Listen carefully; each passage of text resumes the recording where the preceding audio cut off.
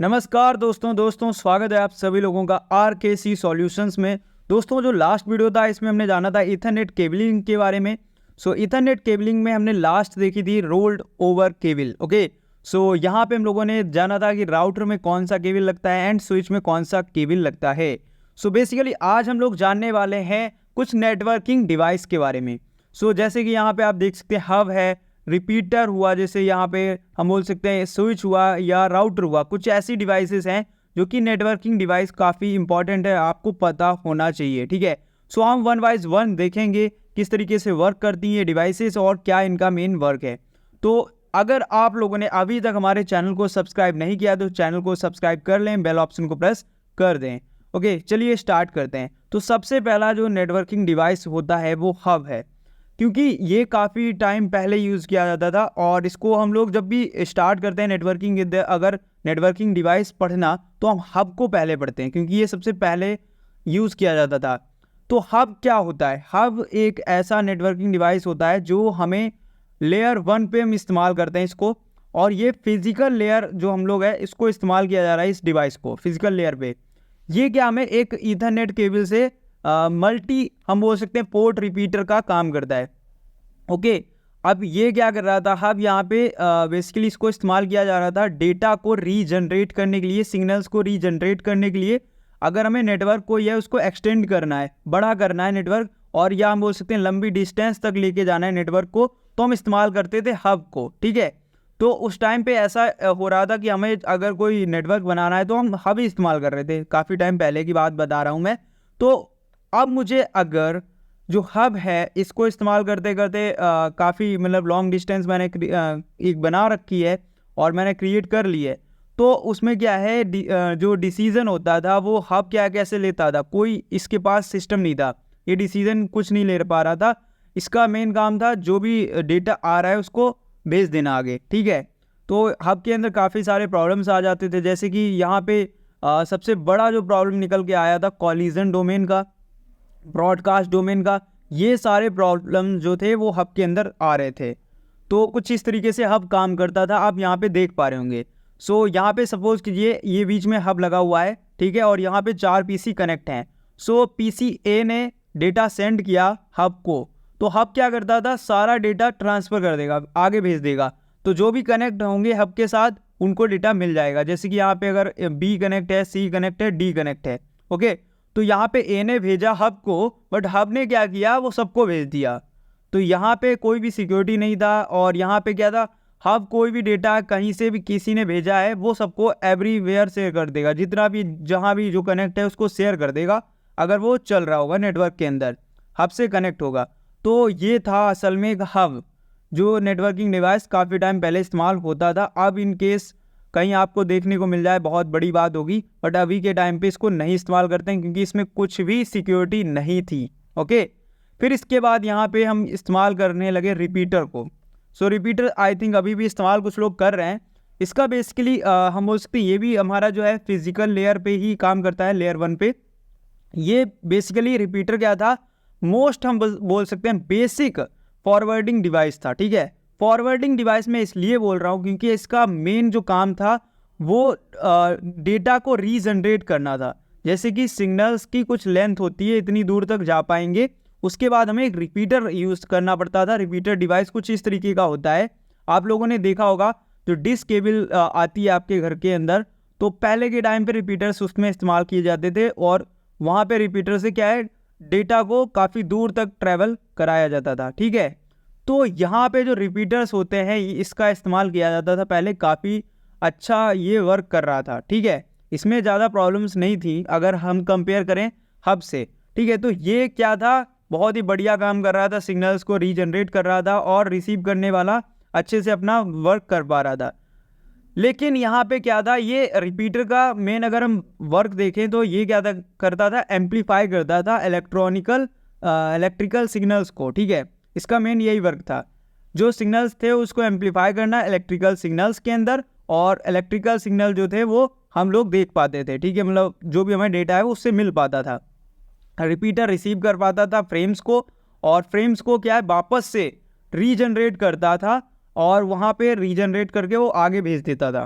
Frames जो भी आ रहे हैं उसके पास, वो फ्रेम्स को कैप्चर करेगा, कैप्चर करके एक, अगर कैप्चर उसने एक किया फ्रेम तो एक को तुरंत भेज देगा, वो रुकता नहीं है अपने पास, बस उसको रीजनरेट करता रहता था। तो इसलिए डेटा रुकता भी नहीं था और आगे जाता रहता था फटाफट फटाफट, जैसे आगे डेटा ट्रैवल हो रहा है। सो रिपीटर का बेसिकली यही काम था प्राइमरी, और ये इसका मैक्सिमम लेंथ जो भी थी उसमें थोड़ा एक्सटेंड हम बोल सकते कर सकते थे रिपीटर का यूज़ करके, और केबल हम थोड़ा बचा सकते थे। रिपीटर के अंदर क्या है, सिग्नल हम बोल सकते हैं कॉलिजन डोमेन जो है प्रॉब्लम वो आ गई, ठीक है। इसके बाद यहाँ पे इंक्रीज़ कर सकते हैं हम कॉलिजन डोमेन साइज को।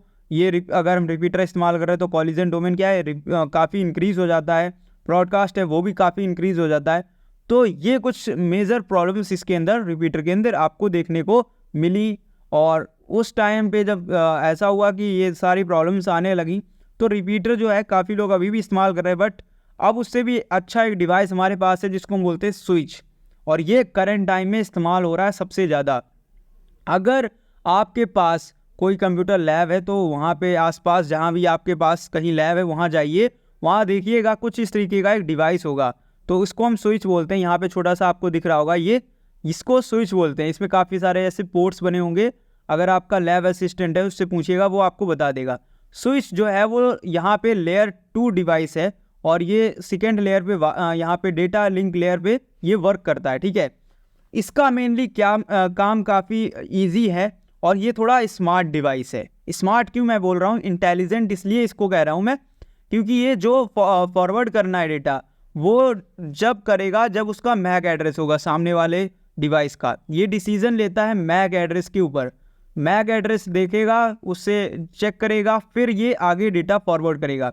ये हब की तरह नहीं करेगा कि सभी को भेज दिया, जैसे हब यहाँ पे सबको भेज रहा है, लेकिन यहाँ पे अगर स्विच होगा, स्विच क्या करेगा, पहले इस वाले का मैक एड्रेस देखेगा, अगर इसने इसको डेटा भेजा है तो वो इसी को भेजेगा, बाकी किसी को नहीं भेजेगा। स्विच का ये मेन काम है, इसीलिए इसको स्मार्ट डिवाइस या इंटेलिजेंट डिवाइस बोलते हैं।